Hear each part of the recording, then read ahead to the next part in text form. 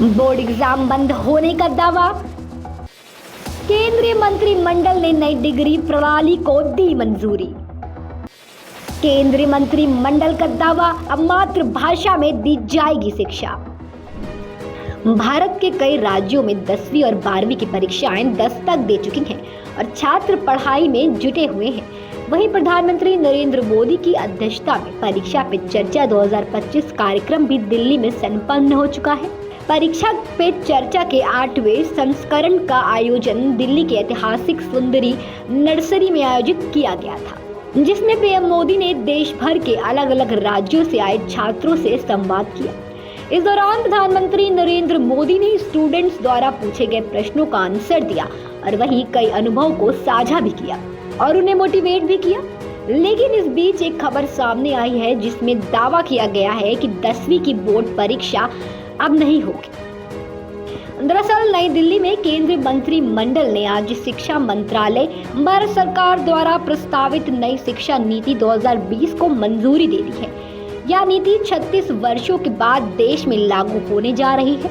34 सालों बाद शिक्षा नीति में बदलाव किया गया है, जो भारतीय शिक्षा व्यवस्था में कई अहम परिवर्तन लेकर आएगी। अब बात कर लेते हैं नई शिक्षा नीति की मुख्य विशेषताओं के बारे में। शिक्षा संचालन 5-3-3-4 फॉर्मूला।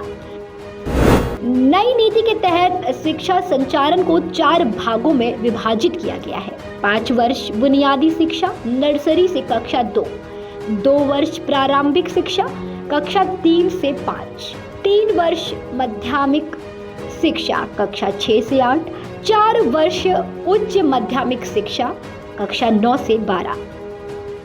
इसी के साथ 10वीं की बोर्ड परीक्षा अब खत्म हो गई है, यानी 10वीं की कक्षाएं की बोर्ड परीक्षा अब अनिवार्य नहीं होगी, केवल 12वीं की कक्षाओं में बोर्ड परीक्षा होगी। इसी कड़ी में आपको बता दें अब एमफिल की समाप्ति हो गई है। चलिए समझते हैं आखिर एमफिल है क्या।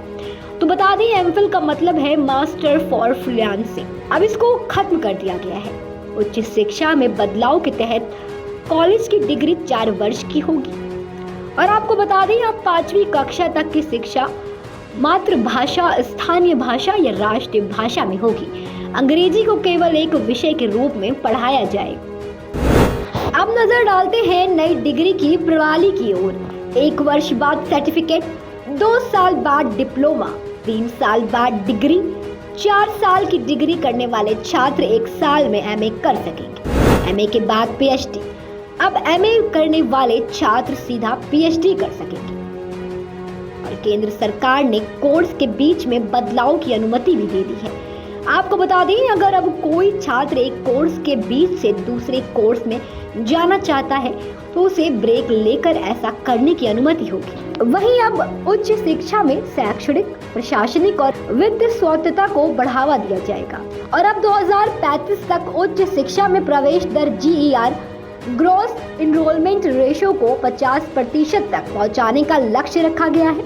यानी ये कोर्स डिजिटल शिक्षा क्षेत्र भाषाओं में उपलब्ध होगी और वर्चुअल लैब्स का विकास किया जाएगा।